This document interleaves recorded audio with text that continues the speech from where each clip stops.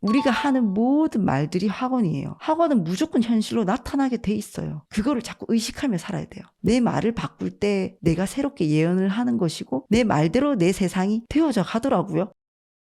안녕하십니까. 고민 해결 의사쌤 이지원입니다. 제가 카메라도 사고 마이크도 사고 제가 진짜 기계를 잘 못 만지거든요. 근데 남편 서울 살고 저 혼자밖에 없는 거예요. 연결을 하고 막 해보려고 하는데 2시간이 걸려도 나도 왜 안 되는지 모르겠어요. 그래서 12시 1시 넘어가면서 진짜 나는 왜 이렇게 기계 만질 때마다 안 될까? 또 뭐 때문에 또 안 될까? 하면서 너무 속상한 거예요. 안 그래도 낮에 환자 본다고 피곤한데 제대로 넘어가는 일이 없네. 기계 만질 때마다 이렇네. 그런 말들이 나를 너무 괴롭게 하는 거예요. 영상을 찍지 말까 이러면서 진짜 기분이 너무 다운될 때 항상 기분이 안 좋을 때는 내가 원하는 것과 멀어지는 신호거든요. 그때 기분을 낮게 하는 다른 말을 꼭 해야 돼. 그때 내가 한 말이 뭐였냐면 오늘 찍은 영상 대박 나려고 그런가 보다 하면서 내 마음에서 그런 말을 했어요. 그냥 찍자 잘 되려고 그런가 보다 하면서 기분이 좋아져서 그냥 이 기분 좋은 느낌으로 영상을 찍게 됐어요. 오늘은 방금 저처럼 말을 하다 보면은 기분이 좋아지기도 하고 기분이 안 좋아지기도 하고 참 말이 문제인데 여러분도 이 말을 하다가 더 기분이 안 좋아지는 경험을 해보신 적 있지 않으세요? 특히 요즘에 내 문제를 말하다 보면 점점 더 기분이 안 좋아진 경험이 있으셨을 거예요. 얼마 전에 어떤 분이 막 가려움증으로 오셨는데 두드러기였어. 이게 좀 심해서 알레르기 약을 당분간 매일 드셔야 될 정도였어요. 그래서 이분에게 면역력이 올라갈 때까지는 이 약을 드셔야 되겠다. 이 약은 제가 순하게 쓰니까 오래 먹어도 괜찮은 약이다. 당분간 좀 드시자 하면서 한 일주일치 약을 드렸어요. 그러니까 이분이 갑자기 한숨 쉬시면서 2년 전에 무릎 수술한 이후부터 피부에 가려움증이 생겨서 피부과 약을 진짜 계속 먹었다면서 힘들었다. 약 먹기 너무 싫다. 이런 것을 막 쏟아내시는 거예요. 그러면서 내가 어쩌다가 이렇게까지 약해졌는지도 모르겠다고 갑자기 막 울 것 같은 감정까지 가신 거예요. 그런데 사실 이분이 수술한 이전이 훨씬 더 약했거든요. 의사로서는 그 2년 전보다 훨씬 지금이 혈색도 좋아지고 자주 안 아파서 병원에도 자주 안 오셨는데 이런 분이 이렇게 말씀하시니까 저도 깜짝 놀래가지고 꼬치꼬치 물어봤어요. 하루라도 약을 안 먹으면 피부가 매일매일 계속 심했었냐 하니까 그건 또 아니시래. 몇 달에 한 번씩 며칠 좀 가려우면 약을 드셨다 하시는 거예요. 그래서 제가 혹시 잠을 못 잘 정도였냐고 여쭤봤어요. 그러니까 또 그것도 아니래. 전혀 일상생활에 지장받지 않았다고 하시는 거예요. 결국 이분도 나중에는 좀 민망해 하셨어. 실제로 자기가 말한 것과 현재의 지금 상황은 달랐던 거를 본인도 찬찬히 말을 하시다 보니까 깨달으신 거지. 그렇게 내가 많이 아픈 것도 아니었어요 선생님 하면서 그렇게 하고 가셨어요. 그런데 알레르기는 면역력이 떨어질 때 심해지는 것이고 면역력은 스트레스가 대부분 좌우한다 해도 과언이 아니에요. 스트레스는 우리가 외부에서 보통 받는다고 생각하시는데 우리가 우리 자신에게 하는 말 때문에 거의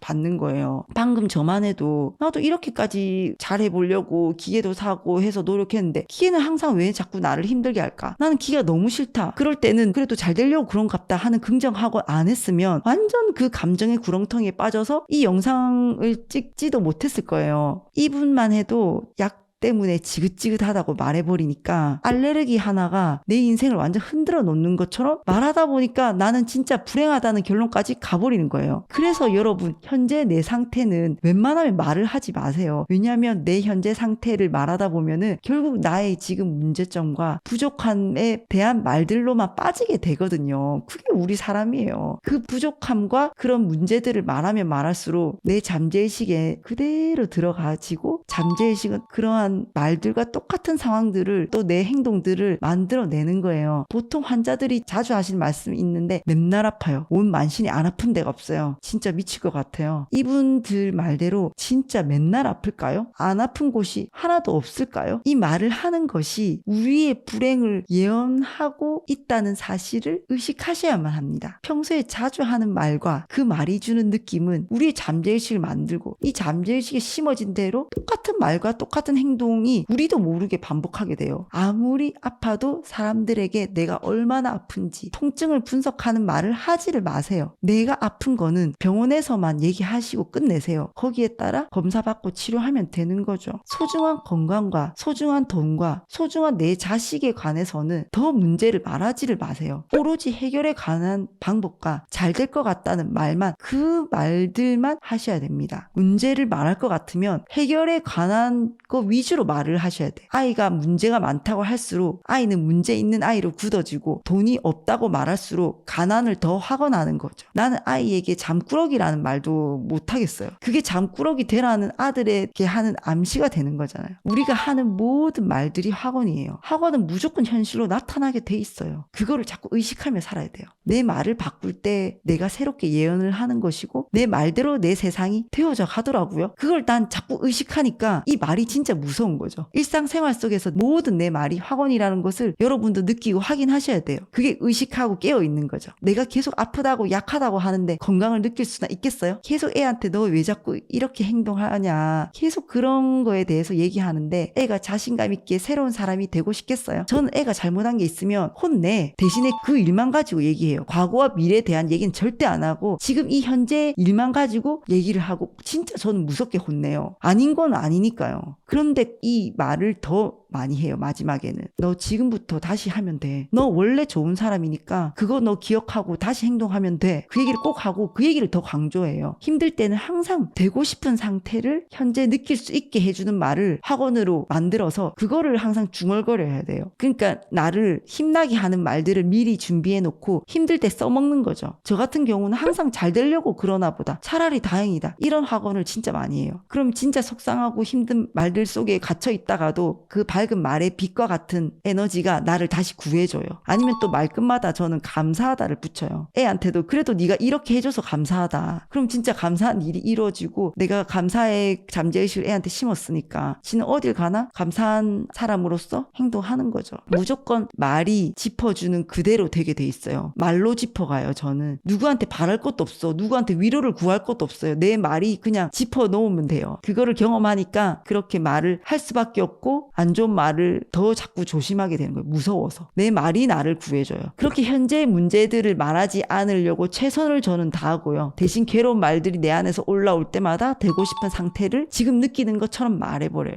오늘부터 여러분이 어떤 말을 예언하며 사실지 전 되게 기대돼요. 이 영상을 보시는 분들 댓글에 여러분도 어떤 학원을 연습하실지 힘들 때 꺼냈을 긍정 학원을 댓글에 한번 남겨주세요. 오늘 영상이 여러분들께 정말 많은 도움이 돼서 긍정 학원을 하며 사시는 여러분들이 되셨으면 좋겠습니다. 감사합니다.